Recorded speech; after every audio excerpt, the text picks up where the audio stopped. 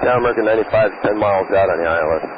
American 95, Kennedy Tower, falling Airbus 319 ahead, 10501. Hello, everybody. Welcome to Edward Air Force Base. Welcome aboard our Convair F-106 Delta Dart. That is, it's a plane. It's quite an interesting looking aircraft. It looks like a classic aircraft of the 60s. Like, strap a giant engine on a couple of wings and see what happens to it. Why not? Do we have any flaps? No, that would be a bomb bay is what we've got there, or missile bay. That is the missile bay. And look at that. Warp, warp, warp. No flaps. Sweet sassafras. All right, cool. Let's see if we can put this thing in the air. This Convair F-106 Delta Dart, primary all-weather interceptor aircraft of the United States Air Force from the 60s through the 80s, designed as a so-called ultimate interceptor. Last dedicated interceptor in United States Air Force inventory. One Pratt & Whitney J75-17 afterburning turbojet, 24,500 pounds of thrust with afterburners. Yeah, afterburners. Woo, yeah. Okay. Oh, that's a nice view. Woo, we got like no cockpit. Could you imagine, like, if you got wide shoulders, you ain't sitting in that cockpit. I'm just saying. All right. Can she take off? There she goes. There we go. Nice. Yeah. And up away we go. All right, I'm going to throttle her back a little bit. All right.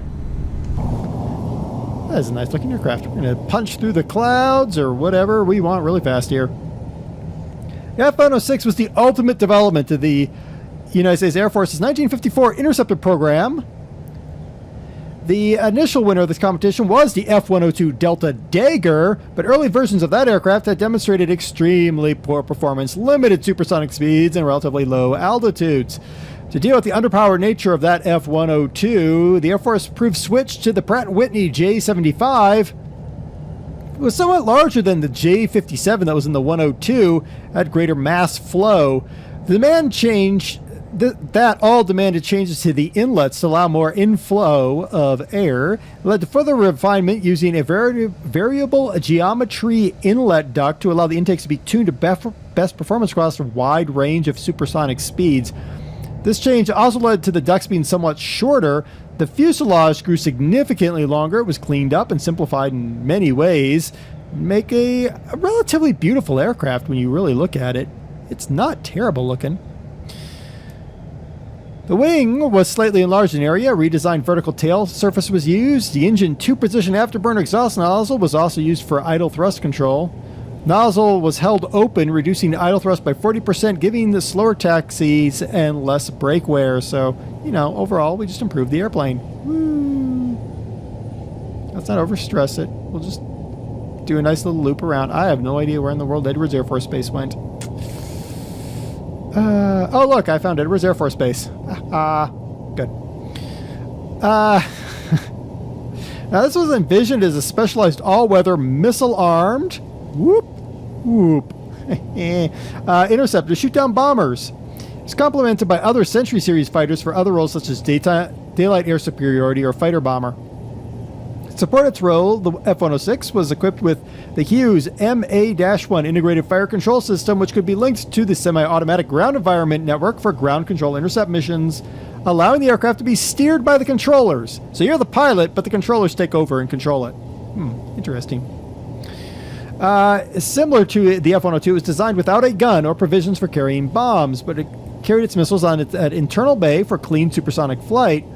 It was armed with 4 Hughes AIM-4 Falcon air-to-air missiles, along with a single GAR-11/AIM-26A Falcon nuclear-tipped semi-active radar homing missile. Yes, nuclear-tipped. It could also carry a 1.5 kiloton warhead Air-2 or MB-2 Genie air-to-air rocket intended to be fired into the enemy bomber formation where it would detonate and destroy the bombers. Scary thing about the Genies, they were known to be unsafe. They were basically barely non-critical. The 106 served in the continental U.S., Alaska, Iceland, as well as brief periods in Germany and South Korea. Although contemplated for use in Vietnam, the 106 never saw combat, nor was it exported to foreign use. Following the resolution of initial teething problems, in particular ejection seats that killed the first 12 pilots to eject from the plane, its exceptional performance made it very popular with pilots. Air-to-air combat testing suggested the 6 was a reasonable match for a F-4 Phantom II in a dogfight, with superior high-altitude turn performance and overall maneuverability. Woo, we can hang around upside down. Woo. However, the Phantom had better radar and could carry a load of up to 6 radar-guided Sparrow and 4 infrared Sidewinders, while the Falcon missiles carried by the 6 were a disappointment overall. This aircraft was replaced by the F-15A starting in 1981. The 6s went on to serve in the Air National Guard until around 1988. They were retained by NASA through 1998 for testing purposes. Between 1980 and 1986, an aircraft was modified for the purpose of lightning strike research and became known as the Lightning Strike Plane. It was struck 714 times without damage. On 1 hour-long flight at 38,000 feet in 1984, lightning struck the research aircraft 72 times. Could you imagine being the pilot? You're sitting there, la la la la la, and the plane gets struck by lightning 72 times in a span of an hour. Woof. Crew, 1 man. Whoop-de-doop. There we go. 1 man. Maximum speed, Mach 2.3. That is 1,525 miles an hour, or 2,455 kilometers an hour. Range of 1,800 miles. That is 2,900 kilometers, carrying its combat systems. After 1972, it did have one 20-millimeter M61A1 Vulcan in a rotary cannon. That was after 1972. She could carry 2 AIM-4F Falcons, 2 AIM-4G Falcons, or 1 Air-2A Genie nuclear rocket, or AIM-26 Super Falcon missile. Whoop. There we go. All right, now comes the interesting thing. I know for a fact that this aircraft is a beast when it comes to speeds for landing. She's a hot landing aircraft. I do need to find, where in the world is that runway? Oh, there. Woo! Runway, where are you? Over G. Oh, sorry. Oh, I see a runway. Good. Let's go land at it. The interior is actually relatively nice.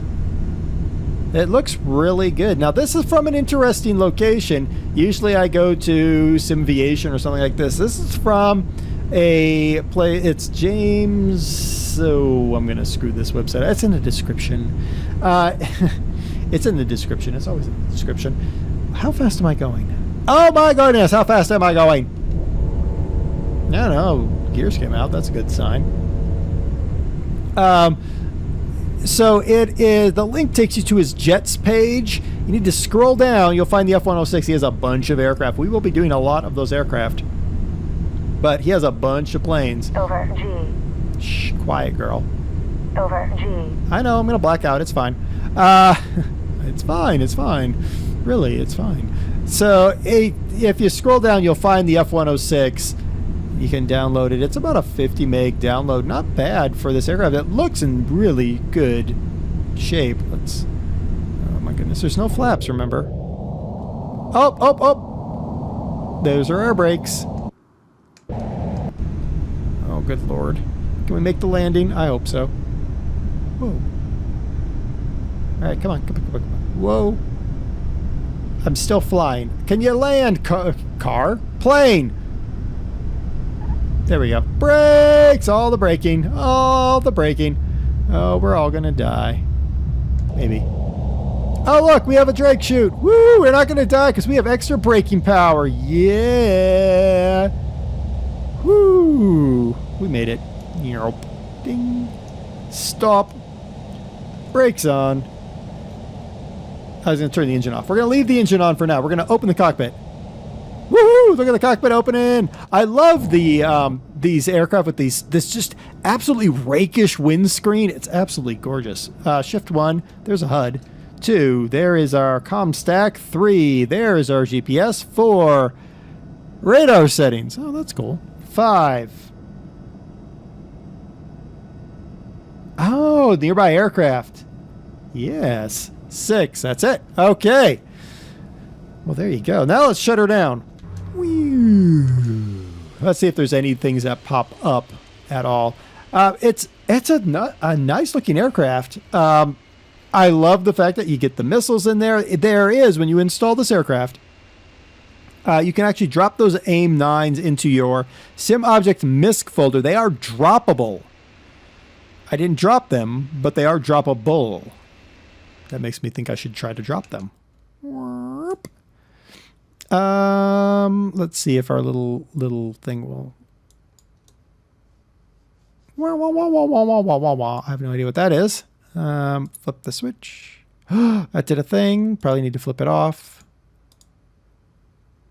Boop. Pull that. I don't know what I just pushed. Flip. Oh.